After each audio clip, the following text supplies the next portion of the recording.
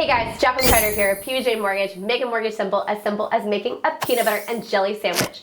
I am joined today by Zack of the Zack Farmers Agency, and we are going to talk a little bit about the difference between mortgage insurance, or PMI, and homeowners insurance, or HOI. So first of all, let's talk about what the heck is PMI and HOI. So as we discussed in some previous videos, there are acronyms for almost everything, at least in my space, and I know a lot in your space Absolutely. too. And so PMI stands for private mortgage insurance. A lot of times people just chop off the private part and just say mortgage insurance, right? And then there is HOI, or homeowners insurance, right? So that's kind of what those two words mean. So when you hear somebody say MI or PMI or HOI, you now know exactly what those mean. So I'm going to start and I'm going to explain exactly sort of what, and I've kind of explained a little bit in our previous video of like what PMI sort of is. If you kind of reference that video, you'll understand exactly when you're required to have it. So I'm not going to go super in depth on when you have to have PMI, but I am going to kind of explain. So for certain loans that are people borrow more than 80% of that purchase price, they have to have a special kind of insurance called PMI, or mortgage insurance, right? So this is an insurance that has nothing to do with the risk of your house having something happen to it on the sense of like hailstorms or tornadoes or any of this, like any of that stuff, that is in his department. PMI is an insurance that allows the lender, if the property does go into foreclosure, they're going to recapture, they're going to use that money to recapture potentially some of the losses. Okay, so this insurance is an insurance that covers the fact that you are not able to sink 20% of that house price down. Okay, that's perfectly fine, not a big deal that you don't have 20%, but there is this little bit of insurance that you're going to put on top of the loan. People think though, when they hear mortgage insurance, they a lot of times couple those two together and they think that they're one and the same thing. They are not. They are incredibly, incredibly different. PMI, or mortgage insurance, can and will go away depending on how long it takes you to get down to that level. If you want more detail on that, I highly suggest you watch the video that goes into heavy depth on exactly PMI and how it works and why you have to have it and things like that. But I get a lot of questions because they'll be like, well, why do I have to talk to Zack? And why do I have to get a quote? Because I already see here that there's PMI, so why do I also have to have, this other insurance? Well, that's because they're not the same thing. So we talked a little bit on the last video about what homeowners insurance is. Right. So maybe kind of explain a little bit of also the differences there on like Sure. what you're covering risk-wise. Yeah, absolutely. So like Jacqueline was stating, there is insurance for the loan side.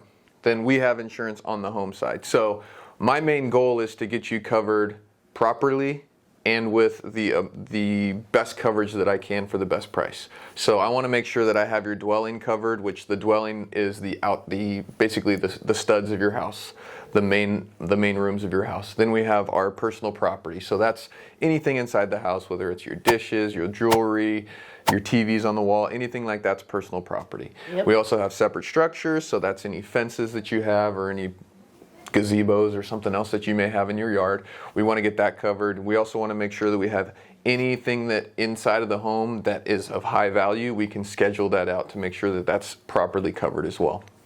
And these are all separate from the loan.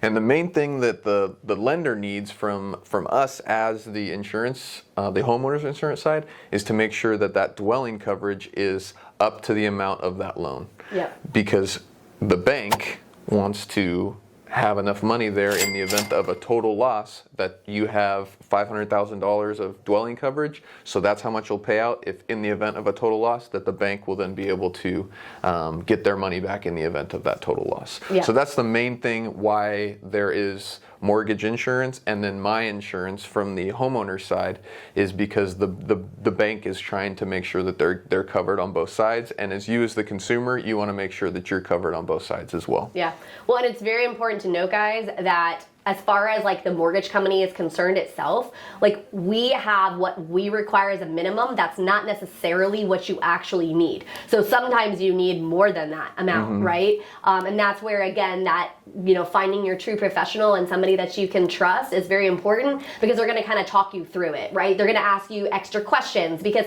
I don't know if you've got $500,000 in jewelry in your home. That needs to potentially be insured in a totally different manner. And as a mortgage professional, like, I don't care whether you insure that or not. That's a personal decision, and that's something that Zach cares about. Zach wants to make sure that if a robber comes in and breaks in your home and steals all of that jewelry, that you're going to be appropriately compensated. As much as I personally may care about that for you as my client, because I care about you as a person, from a lending perspective, I do not care, right? So that's why it's going to be really important for you to have those kind of conversations, because on our side, it doesn't matter. The other thing we've talked a little bit about is the amount that we require, which is typically like the loan amount. There is some rare exceptions to that, because we'll get into this on another video, but the way that you guys actually run your calculations on what is required. And so sometimes it actually can be a little less than that, as long as the actual replacement cost is handled. And that's kind of where it comes down to us as the agent asking the right questions to know what kind of finishes are inside of the home, what the actual square footage is, the location of the home. All these things are factor into the price that it's going to cost to rebuild it in the event of a loss. And so that's how we calculate it. So if there's a big difference between having a 2,500 square foot house that is basically empty, and then a 2,500 square foot house that has marble everywhere and all these extravagant finishes. Rather than having $150 a square foot, we need $250 a square foot to make sure that we can replace that to like, kind, and quality that is currently in there. Yes.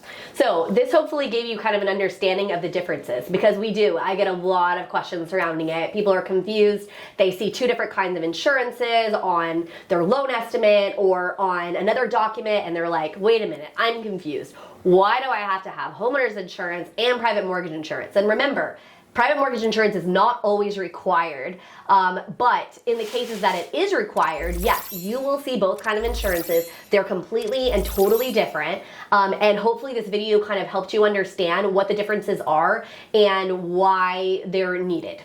Okay, we'll see you on the next video. Awesome. Oh, don't forget to subscribe.